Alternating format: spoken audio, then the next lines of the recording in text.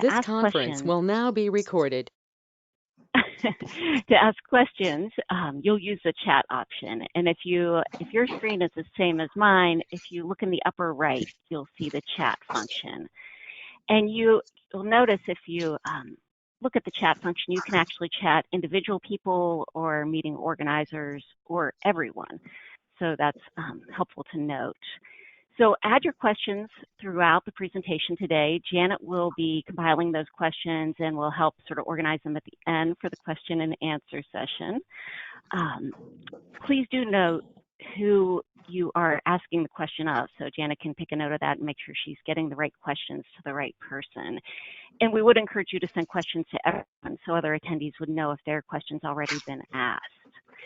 If you are running into any technical difficulties, there is a chat for the meeting organizers, so you can chat that group. You'll also see in the chat Juliana Organizer, I think is what her chat says. So Juliana is with the Ocean Acidification Information Exchange, and that group is graciously allowing us to use their webinar platform for this town hall, so we thank them for that. There's also the pro here who has used the software a lot and can help to answer any questions that we might have. And finally, as Janet noted, this webinar is being recorded today. It'll be available through the Information Exchange, and we'll send out a note when that's available and ready. And I think with that, I'll pass it off to Emily to get us started. Great, thank you. Can you guys hear me okay? Yes, sounds good. Good. Okay, so could you go to the next slide?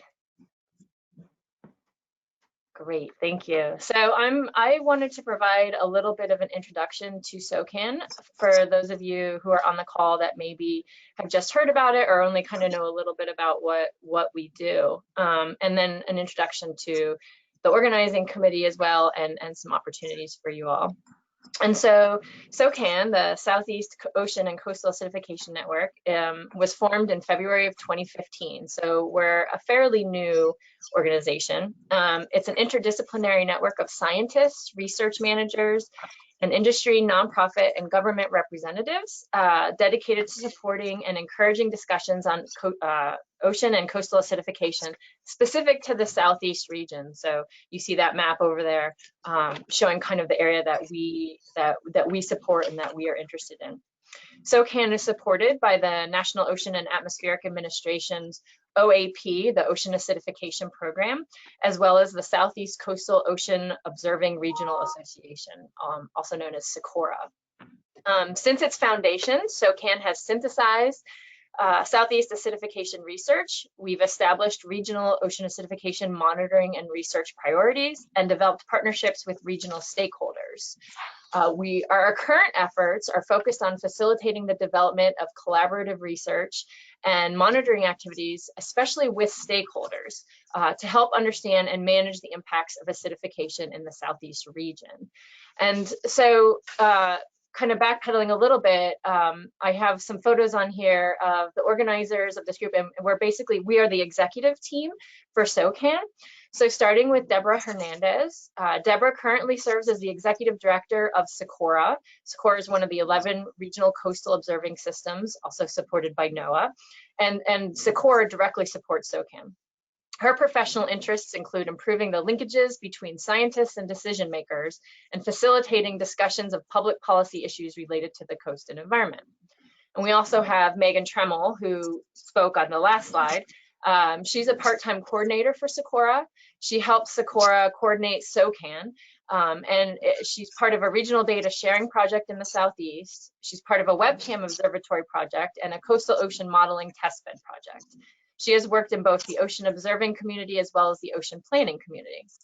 And then there's myself. I'm Dr. Emily Hall. I'm stationed at Mote Marine Laboratory in Sarasota, Florida. I've been here since 2005, where I manage the Chemical and Physical Ecology program, researching and monitoring nutrient patterns in relation to harmful algal blooms in the west central coast of Florida, and investigating sources of nutrients in aquatic systems. I also manage Mote's Ocean Acidification program, where I've developed an ocean acidification and climate change experimental system in the Florida Keys, known as CHAOS, as well as one in Sarasota, known as OASIS, to study the effects of global and local variables on coral reef ecosystems, as well as on other marine organisms. I'm also the SOCAN Science Group Working Chair. And then we have Dr. Janet Raymer. She is a biogeochemist at the University of Delaware, working for Dr. Wei-Jun Kai, with a focus on the marine carbonate system, carbon dioxide air-sea exchange, and ocean and coastal acidification. Her research focuses on the state of ocean acidification on the South Atlantic Bight shelf in the coastal region and inland waters.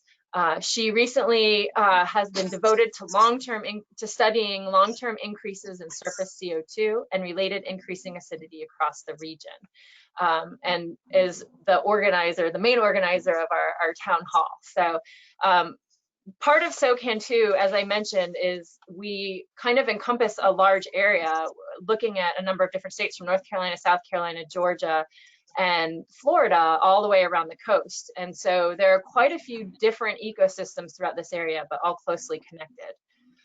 So one of the things I wanted to point out that we've accomplished so far with SOCAN is we recently published a paper that's open access. So if you can't get access to it, please reach out to one of us. It was a collaboration of many scientists as well as stakeholders. So we're pretty happy about this paper, because joining the scientists, the researchers with the stakeholders and some policymakers. And we've been working on this collaboration for a number of years. It's come together as the first summary of ocean acidification in the Southeast region. Can you click the next thing?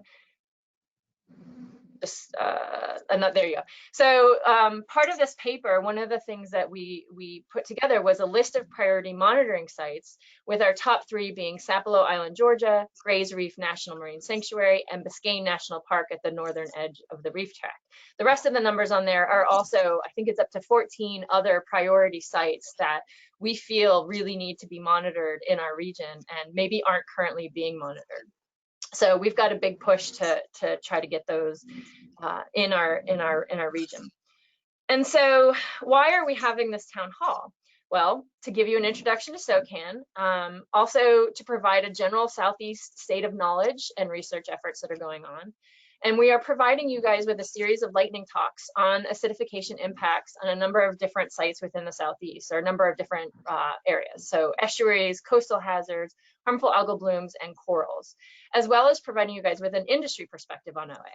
And we also want to provide an opportunity to learn for you to learn about how you can get involved, especially with our working groups. And so within SOCAN, we have 2 working groups currently. We have the science working group and the stakeholder working group. The science working group is charged with synthesizing and expanding regional scientific efforts and responding to funding opportunities for acidification research. And the stakeholder working group is charged with communicating to your colleagues about acidification, letting us know specific concerns that you have regarding your area of expertise, needs for information, willingness to write letters of support and provide guidance, and engaging on advisory teams and proposals, workshop participation, and to help guide research. So we are seeking 6 to 10 volunteers for each working group. And I'll go into that a little bit more at the end, but we've provided a link here. Megan, can you click on that to see if that comes up? And I will provide that link in an email later on after the webinar. This is for any of you to fill out, to let us know what type of interest you may have in joining SOCAN. We are really looking for people on the stakeholder working group, but also for the science working group. And I know some of you are already members and already participate in one or 2 of these working groups, but we'd like you to refill out this form, because we're refreshing SOCAN and starting on a new foot. So and I think that's all I have for this slide. So if we can go back and move to the next slide. And so now I pass it on to Janet. Morning, everyone, and thanks for joining us. As Emily said, we're not trying to give you all of the nitty-gritty details of the state of acidification across the Southeast, just a brief general overview. So basically, we know acidification is occurring, and we know that because we've synthesized data. And so this first top graphic shows that there is a long-term acidification, or pH decrease, across the South Atlantic Bight shelf. And remember that our region actually is made up of 2 different water bodies, which is kind of unique for our coastal acidification monitoring network. So we're talking about not only the South Atlantic Bight, but also the west coast of Florida. So first, in the South Atlantic Bight, synthesizing data going back to 1991, we definitely found that there is a decrease. Now remember, for those of you who may not be as familiar with pH scales, it's on a logarithmic scale. So any decrease is going to actually be felt within the carbonate system on a greater scale than that 0.0003 decrease over this 20-year period actually seems like. So one interesting thing to note is that the closer in to the coast you get, so in this particular graphic, the red and green is close in to the coast, so it's the coastal and your inner shelf, and then the blue and the pink are the outer shelf and the middle shelf. The Grays Reef mooring happens to fall right on the boundary of the inner and middle shelf region, and those pHs are decreasing over time, and we have very high confidence in these numbers, and because it's occurring shelf-wide, it's not just one place. Then on the west, well, in the entire Gulf of Mexico, there's been a modeled pH decrease over almost the same time period. However, one of the issues that we continue to run into, and I guess anyone can tell you this, there's never enough data. So one of our problems is that we need more data, especially on the west coast of Florida. Oh, next slide, please. I tried to do it myself. So again, we have sparse, quote unquote, high quality coastal locations. And SOCAN is looking for a way to incorporate all of the data that is available that would include National Estuarine Research Reserves, EPA, National Forest Service, and anyone else. In this graphic, I took the graphic from the recent SOCAN paper that was published with our priority monitoring sites, and I actually overlaid our recent collaborations. So the sites in red are where we've recently written proposals or do have present collaborations going on. And as you can see, across our region, it's really not that much. So we do need to increase our monitoring. And one way to do that is to expand what we would consider, quote unquote, high quality to include everyone's data. And just by applying for synthesis funding, we should be able to do that. So one of the reasons that we're having this webinar is to bring everyone's attention to that so that we can work with you and write some more grants. One other thing that's very important that we have yet to study, and that is kind of the point of this to get more interest, is that we haven't been able to study this connection from the Gulf of Mexico into the South Atlantic Bight through the loop current, which is going to be especially important going through the Florida Reef. And down, as you can see, we have a site down in the Florida Reef tract. And so we need members. We need people that are interested in writing grants, that have sites in these locations. And even if you don't have a site in one of these locations, we're still interested in working with you. So we would kind of, in a nutshell, say that the state of acidification and COA monitoring across the Southeast is that we don't know a lot, and we do. However, we do know quite a bit about a few specific topic areas, which our lightning speakers are going to speak to you about today. So next slide.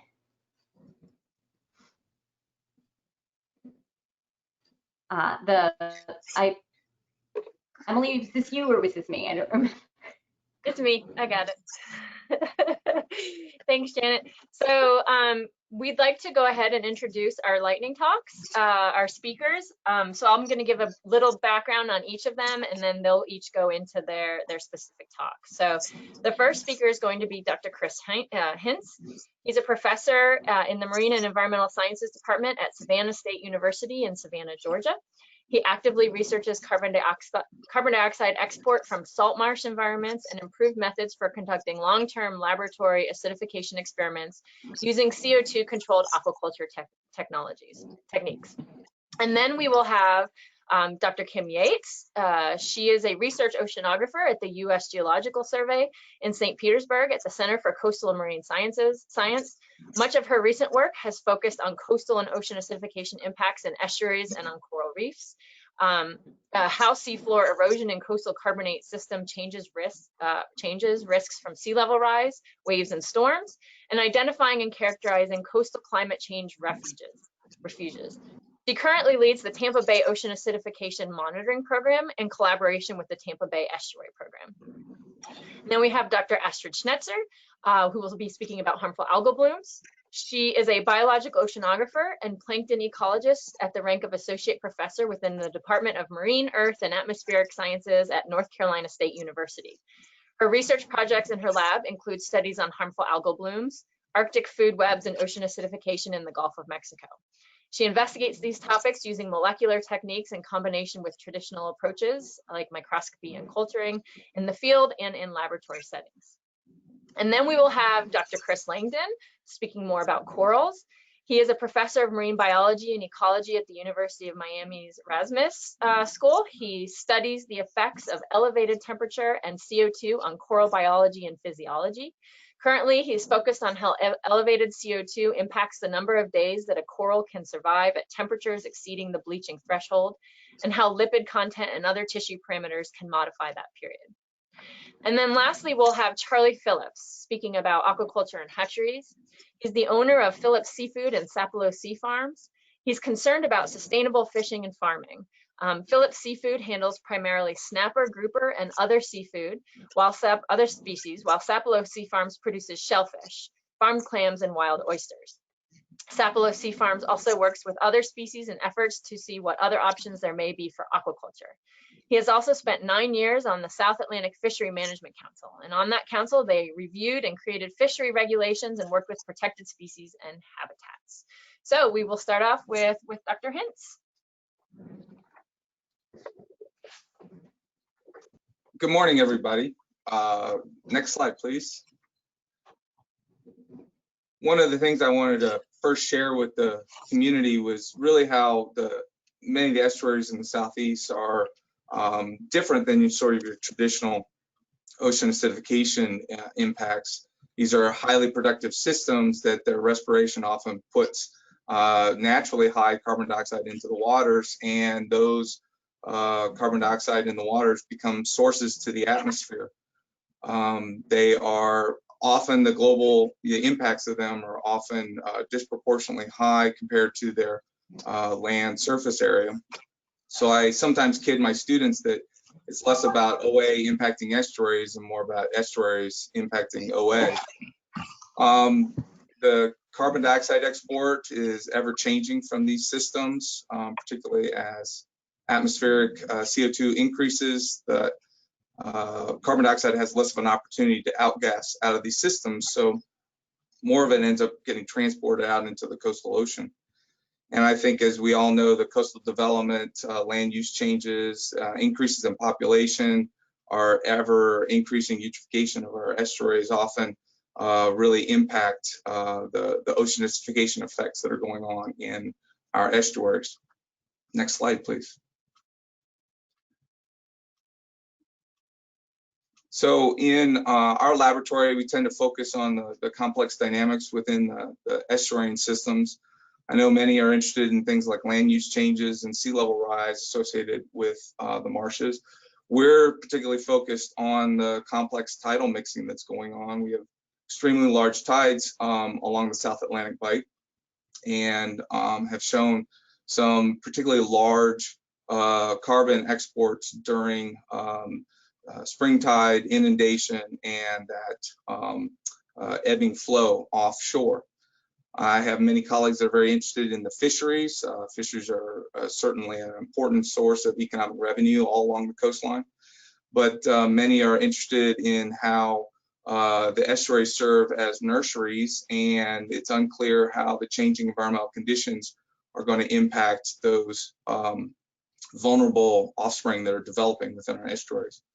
And then the physical oceanographers are ever trying to improve their models of estuarine and coastal mixing that all go into our understanding of exports from these systems, the complex temporal and spatial scales between the coastal and estuarine water bodies, from semi-diurnal tides to seasonal coastal wind patterns that change upwelling and downwelling, all go to impacting the ocean acidification within these systems.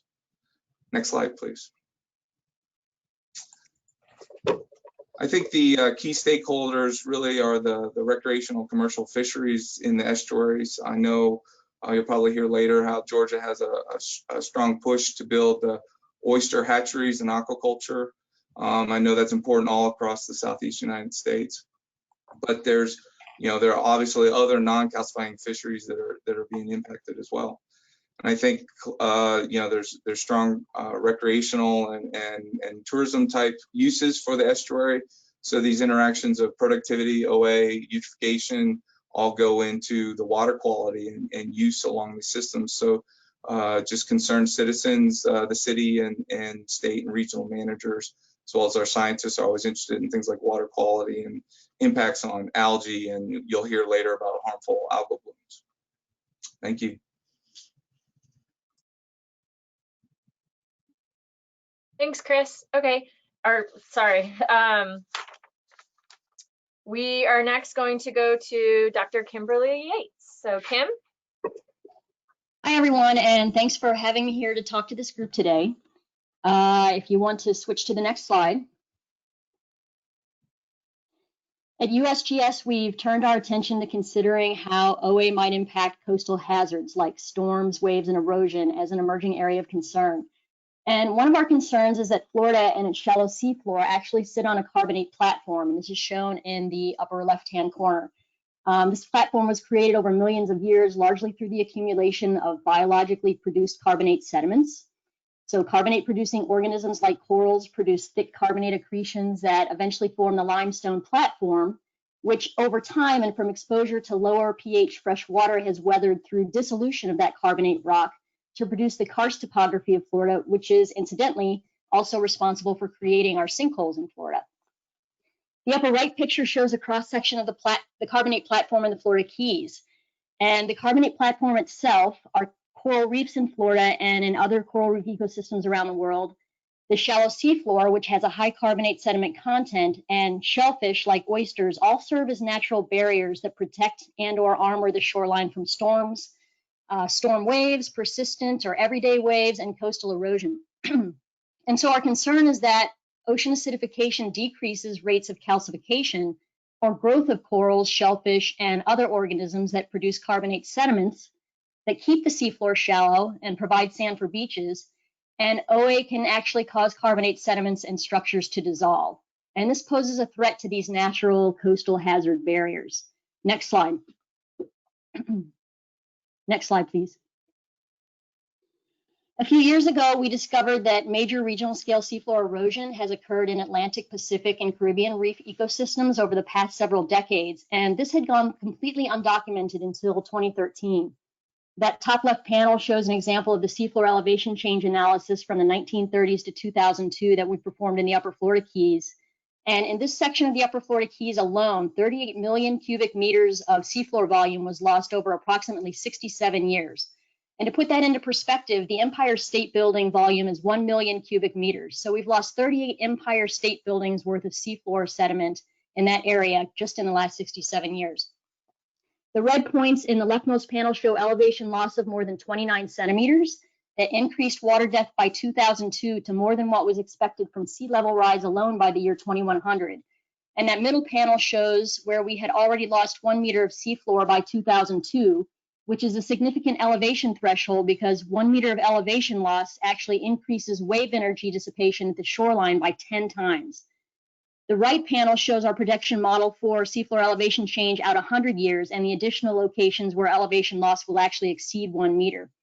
And this is a conservative model because it does not account for decreases in carbonate production or increases in carbonate dissolution, or what we call chemical erosion. and a combined effect of elevation loss and sea level rise on increasing water depths and these coastal hazards. The upper left panel shows results from work by Nancy Muehlener and Chris Langdon's group based on 2010 data showing that dissolution is actually already occurring in the Florida Keys, and some reefs in the upper Florida Keys are already losing more carbonate than they're producing. And we've estimated based on their work that carbonate dissolution could currently account for up to approximately 15% of seafloor elevation loss in some areas. And this may increase with increasing acidification in the future. So we're working towards including estimates of carbonate dissolution and decreased carbonate production into our seafloor elevation models. However, measurements of dissolution are very limited, and we need more of these measurements in a variety of seafloor habitats to do a good job of updating these models. Hint, hint, Chris Langdon. And why are these models important? Next slide. We use these seafloor elevation change models to perform coastal hazards risk assessments that quantify, for example, how many people, buildings, and jobs are affected, and the estimated dollar cost of flooding due to inundation during storms. This graphic shows an example of what storm flooding looks like in Key West with current elevation in blue, and if coral reef elevation is lost in red. So our primary stakeholders are coastal residents, communities, and businesses, and reef-fronted coastal communities. And the agencies working on seafloor habitat restoration, coastal infrastructure engineering, and public safety. And so we're working to provide this type of information and these updated projection models to these agencies to assist with restoration planning and adaptation strategies. Thank you. Thank you, Kim. And just as a reminder to everyone, if you have questions as we're going through these lightning talks, please feel free to write them in the chat box and we'll go through them at the end of all the lightning talks. Next, we have Astrid. Go ahead, Astrid. Hi, everybody. Next slide, please.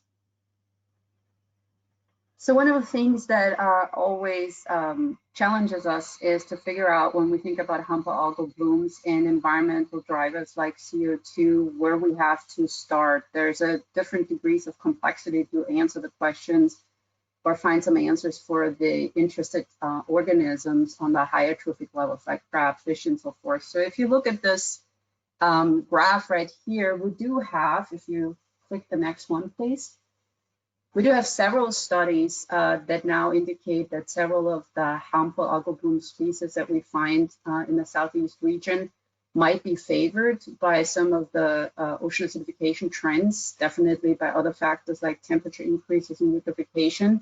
And one way that we do this is we isolate these species, we'll bring them in the lab, and then we tweak them.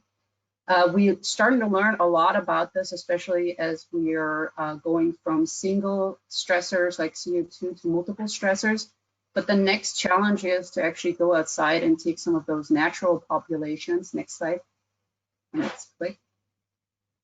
And look at how the entire communities change within those changing environments. And what we're becoming more and more aware of is how some of these interactions between organisms within the plankton affect who's the winner at the end. We have things like competition, facilitation, very adaptive energy acquisition strategies by some of these harmful algal blooms that make them the favorite or the last one standing. For example, many of the HAP species, as we now know, are mixotrophs, which means they use light for energy acquisition as well as feeding on each other. So while we gain some insight from these single species experiments, we have to put them in context with some of those mesocosm experiments where you use natural assemblages as a whole. And then the next challenge is to actually bring that up the food web. If we click again and look at how the food web as a whole is implicated. And I think where these kinds of town halls or making these connections with stakeholders become so invaluable is because each of your target species will be vulnerable to CO2 or changes in the prey environment in regard to harmful algal blooms at different life stages. So from the point of a HAP researcher, I think that none of these single approaches is more valuable than another, and we need to look at these issues from all sorts of angles to solve some of these puzzles. Next slide. So we need to look at some of the synergistic and antagonistic effects between HAP species, see which ones have what sort of strategies to survive under these changing conditions. We also have to figure out, depending on who that species is that we're interested in, whether it makes a difference, what sort of algae are there. Maybe they're not affected by toxins, maybe they're not affected by the nuisance of a HAP species. And as long as chlorophyll as a whole doesn't change, we don't care whether community changes are visible or detected. So there's a lot of range here. And I think one of the main effects or main advantages of talking to stakeholders is you learn about their local expertise and know which one of these factors to hone in on. What our laboratory has done is we've worked on some of the plankton shifts, who's eating who in regard to HABs in different zones of the Gulf of Mexico, which are affected by different ocean acidification gradients, in collaboration with Laetitia Barbaro from the NOAA acidification program, and also with Dr. Besthoff at Louisiana. We're starting to get at some of these complex interactions. In North Carolina, some of the HAP species of interest are cyanobacteria at that continuum between coast and ocean. And some of the main issues that are probably very interesting to stakeholders is that we're looking into which toxins are there, when are they there, and what is their fate throughout the food web. So can we actually find them in shellfish? Can we find them in fish and blue crab and so forth? Last slide. So in regard to the stakeholders, I think one of the major things is, which was in the slide before, is that we take this conversation with them, looking at local experts, seeing what the spatio-temporal scales are that are of importance, and then overlay some of the HAP questions to figure out how these work together and affect the upper food web and trophic levels. Thank you. Thank you, Astrid. Okay, next we are going to move on to Chris Langdon to talk to us about corals. Chris? Good morning, everyone. I want to talk to you today about the effect that ocean acidification may have on coral physiology. So it's well known that ocean acidification affects the ability of corals to build their skeletons, but it's less well understood how it might affect their response to rising temperatures, which is widely thought to be the greatest threat to corals. So there's 3 papers that have shown that elevated CO2 alone can cause physiological changes in corals that are quite similar to the bleaching response. But it's not well known how elevated CO2 might actually affect how long corals can survive at different elevated temperatures, and whether the bleaching threshold temperature might actually change as a result of also being exposed to ocean acidification. So this morning I'm going to tell you about some experiments where I looked at this. So I took 230 corals. They were represented by 40 different genotypes. I preconditioned them to 30 degrees and low and high CO2 for 90 days before the experiment started. And then I slowly ramped those tanks up to either 30.5, which is thought to be just barely above the bleaching threshold temperature, or to 32 degrees, which we know produces rapid bleaching in corals. So we have a control group and then groups that are exposed to high CO2. And then we measure the growth rate of the corals weekly, and we observe what happens to survivorship. Next slide, please. All right, so in the graph here, in blue are the corals in the control group. So they're starting out at the growth rate of the pre-acclimation at 30 degrees. And then remember, so in this experiment, we ramped them up to 30.5. And you can see that over a period of many weeks, the growth rate starts to decline, but eventually stabilizes at about a half or a third of what it was before. But the corals that were exposed to elevated CO2 or reduced pH, we can see that also it takes quite a few weeks before we see any effect of ocean acidification, but eventually the growth rate of those corals goes down to 0 after about 100 days of exposure at 30.5. So over this period, these corals are bleaching, and some of them are dying. So let's look at the next slide, please. So here we're looking at the percent mortality. So we can see, so in the left panel, we have the corals that were exposed to a very modest elevated temperature at 30.5.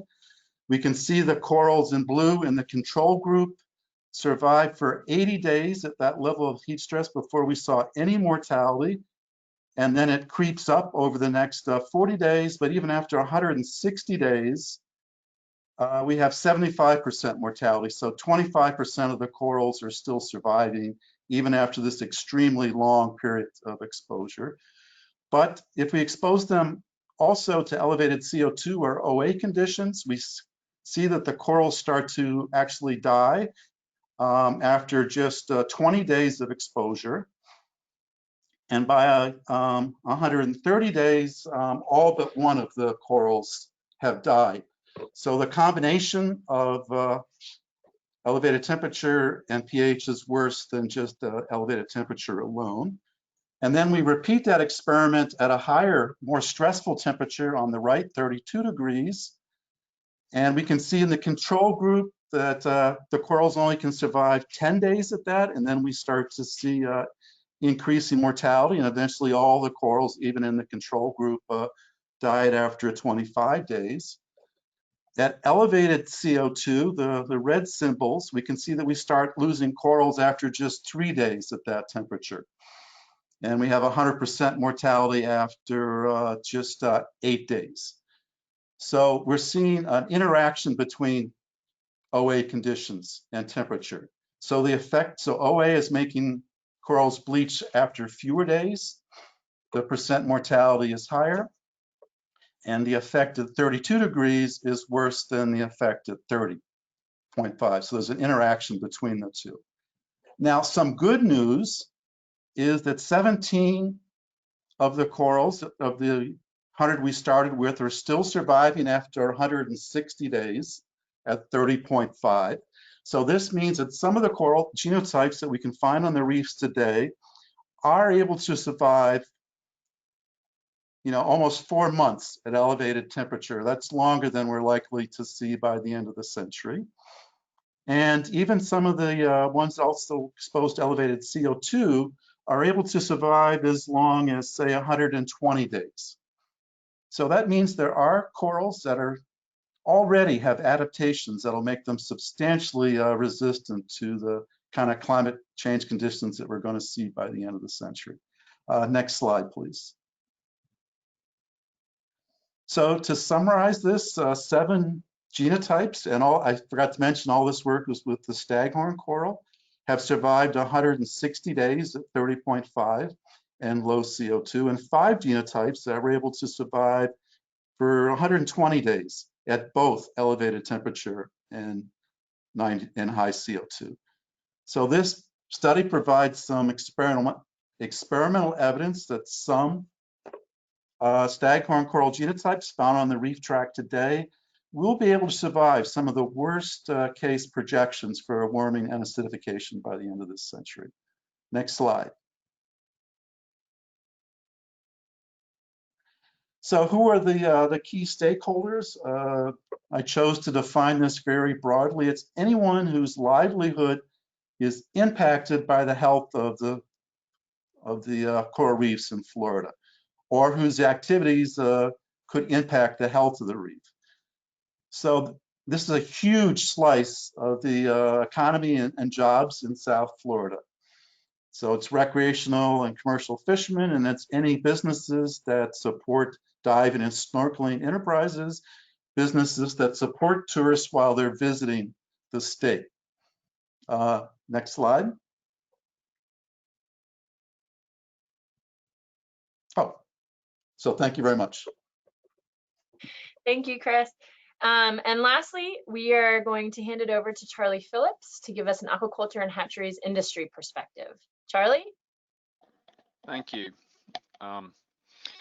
First of all, I'm the non-scientist in the group, but They are kind enough to have me on with my perspective, and I've talked to some hatchery owners and asked them, asked them the question they asked me: what can we do to deal with OA changes? And with the exception of one guy said, well, maybe we can start figuring ways to buffer water. The other hatchery owner said, there's not a whole lot we can do, but we have to just wait on it and deal with it as we get there. But we don't know when it's coming. We don't know how fast it's coming. We just know it's coming. So, when we talk about long-term predictions, we really need to have monitoring. That's really, I can't overestimate the importance of monitoring. Because if you get the monitoring, then you've got a chance of figuring out what you can grow, how you would grow it, what kind of hurdles you're going to have to deal with. Do you need to figure out a way to buffer your water if you can buffer it? And there's just a lot of moving pieces as we get sea level rise. Georgia, for instance, it's only got 100 miles of coast, but we've got probably roughly 30% of the salt marsh on the east coast. And I think Chris talked about, how dynamic this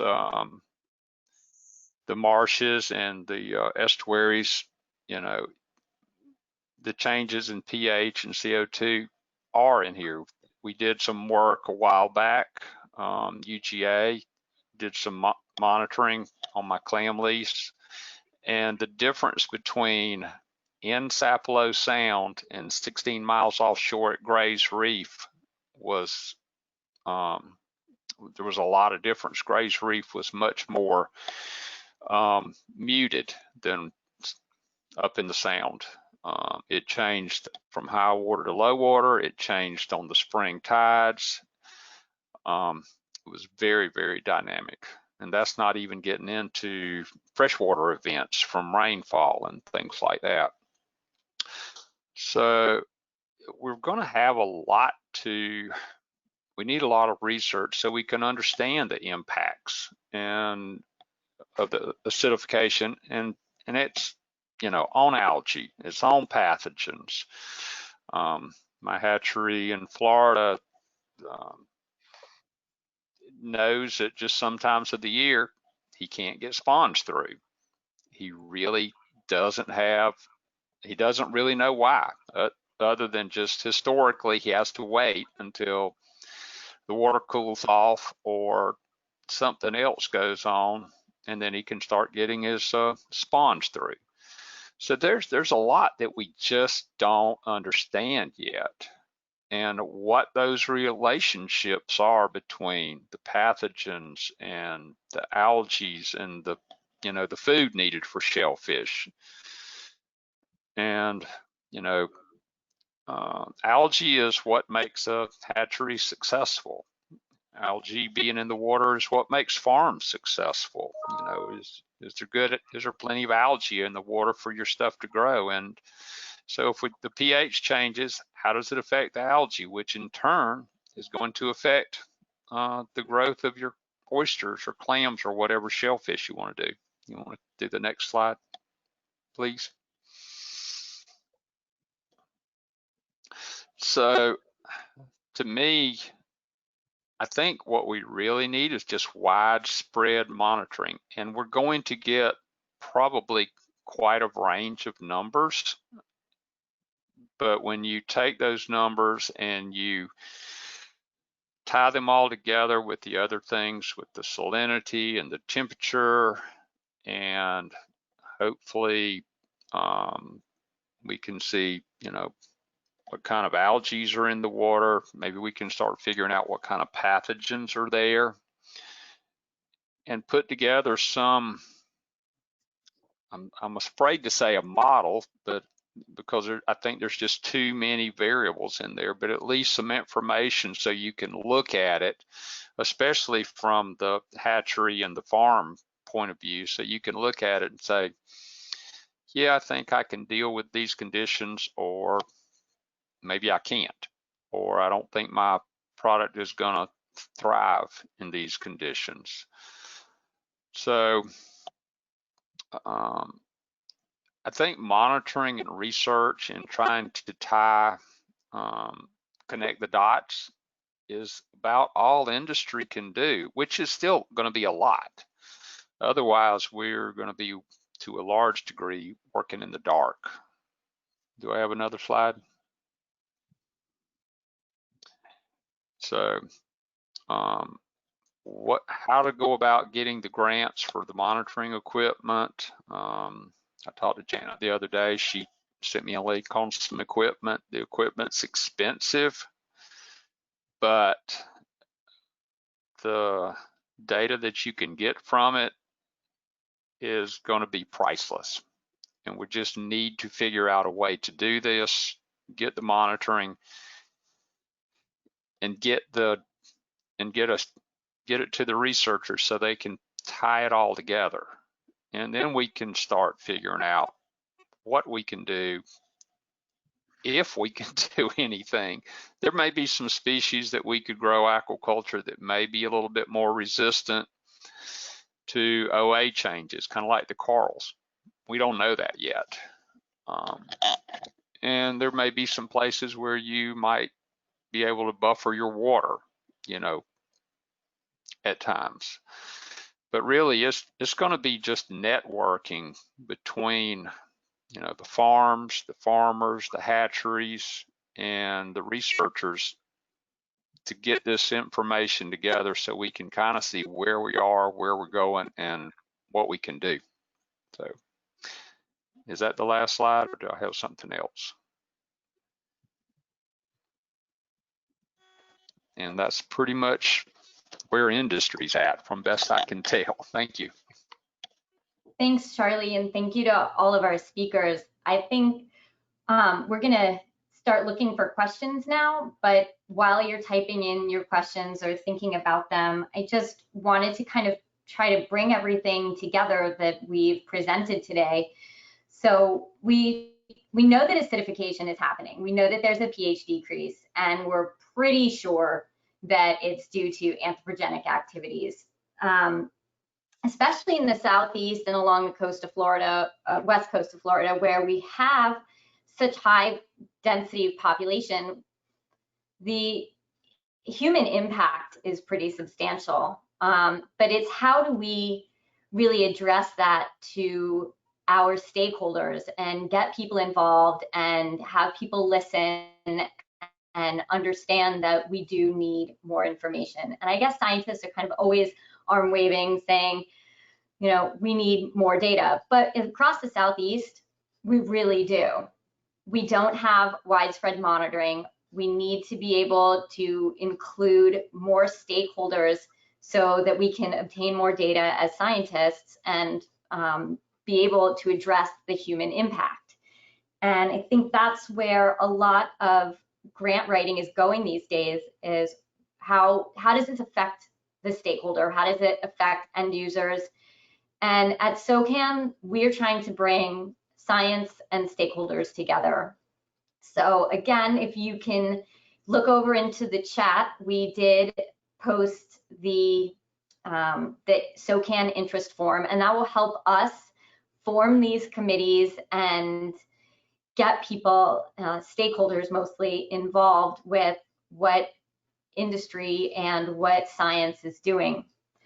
So please fill out the form, and we have a couple of questions here, and I know I have a couple of questions that I would be very happy to ask our presenters. So we hope everyone will stick around for this discussion, and maybe the discussion will, between the panelists, will also help you think of more questions. So the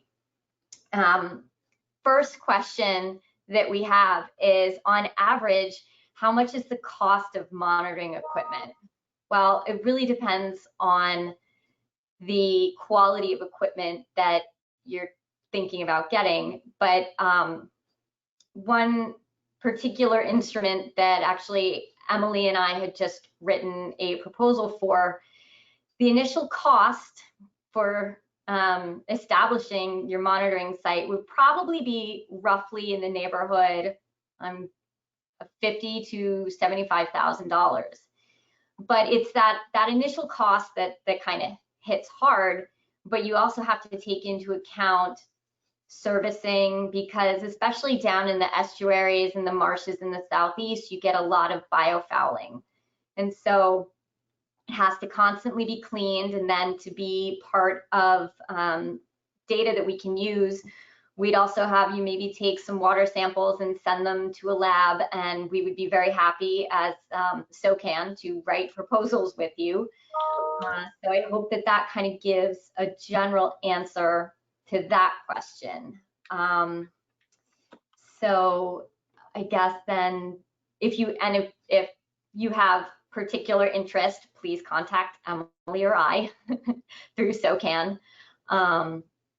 And then I guess I'll just go down the list of questions and as they're coming in. How can industry partners get in touch with researchers and SOCAN? Emily, I'll let you answer that one. Since I asked the question. I think you had a specific answer in mind. So. We do have a website. Again, you can fill out the Join the SOCAN form, but you can also go directly to our website, which I believe is socan.secoora.org. But Megan can post it in the site, the chat here for us, where you can contact us directly that way. And you can also reach out to any of us individually. We are also always looking for new stakeholders, new partners that maybe aren't on this call today. So if any of you have suggestions for people to reach out to, please, again, direct contact me or Janet, or go through our SOCAN website to see how we can connect with you guys. So. The next question is, does anyone collaborate with the coral group at NOAA AOML? Maybe Chris Langdon, you might be able to answer that question.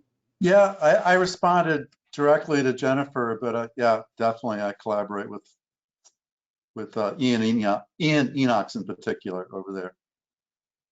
Got it. Okay. Then the next question is, are there many studies on CO2 impacts on seagrasses and vice versa? Are seagrasses potential sources of mitigation, or does their respiration overwhelm the drawdown by photosynthesis? I will leave that to one of our speakers.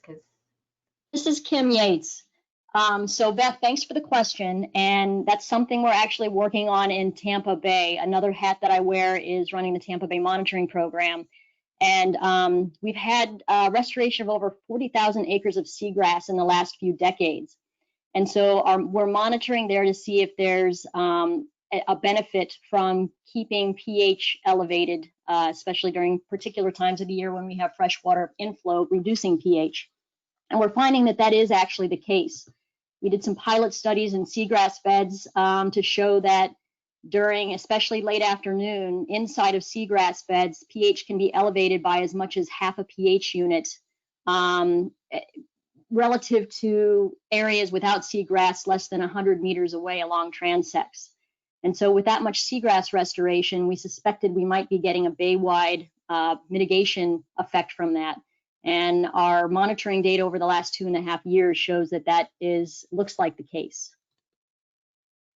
And Kim, to follow up with that, we're also looking at, along with some of our partners at NOAA AOML, effects of seagrass beds near coral reefs, and to see if that may have reduced some of the negative effects of acidification on coral physiology. And we've seen some promising results so far, and I know that some of our NOAA AOML colleagues have also seen some promising results, as well as other parts of the country with seagrass. So another important reason to keep our seagrass beds healthy and happy.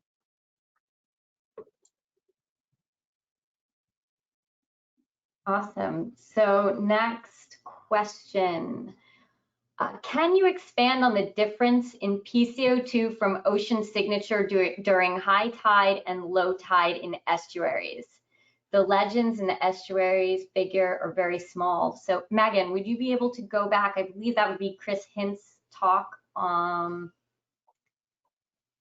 I think just looking for an expansion on some information. Yeah, so you know, I just put up a representative sample, some data from a former master's student I have who's now working on his PhD up in Wei Zhen's lab at Delaware. But we were seeing in excess of you know, 1,000 part per million differences between high tides and low tides, and that's compared to what was going on out in the coastal ocean. So we were looking at excesses down one slide. Yes, next slide. So those black areas that were in the low water associated with the spring tide were about 1,000 part per million higher than the ocean end member that we compared it against.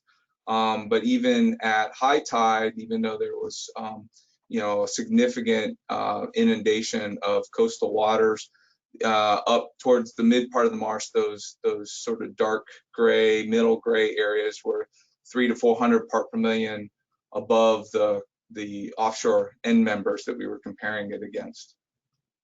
We had seen higher than that here and there, but we didn't have very good complete sets for the entire estuary at that time. So we wanted to go back and make sure we got the entire estuary for some of the data that we were presenting.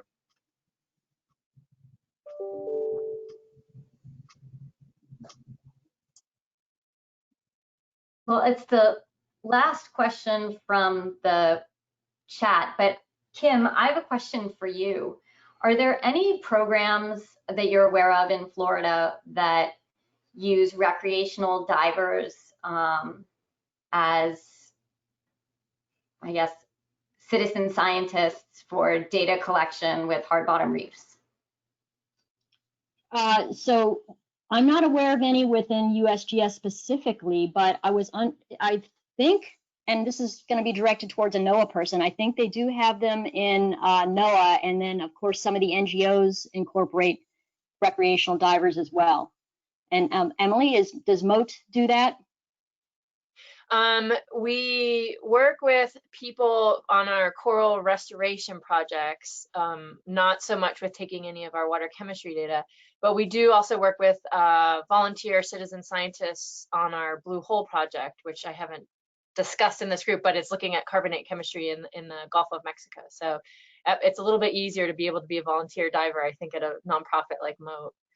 Less Right. restrictions than I think some of the government agencies. Right, and especially with the chemistry, it's a little difficult to do some of the in situ chemistry, discrete chemistry monitoring with recreational divers because of the amount of training it requires to collect these samples and to preserve them properly. Well, we do use one citizen scientist through our collaborations with the Georgia long-term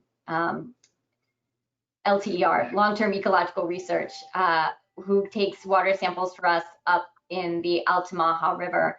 And it's actually turned out to be quite a really, really good relationship. We get samples every 2 weeks. We get them in, they get run.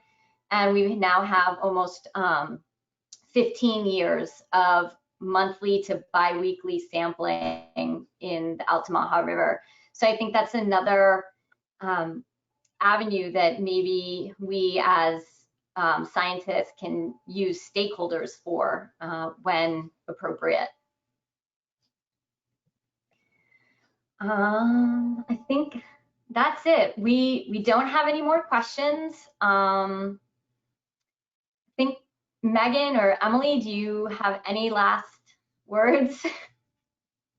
or any of our other panelists?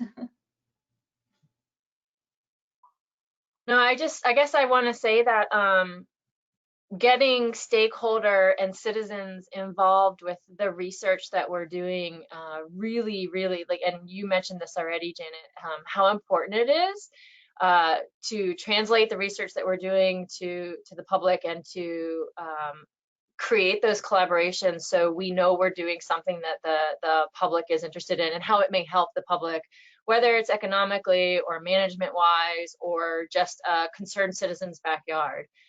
It's very important. It's been part of a lot of our proposals. It's a requirement for a lot of proposals now, but also I think it's important to really make that connection between the research and the community. So thanks for everyone being involved with this.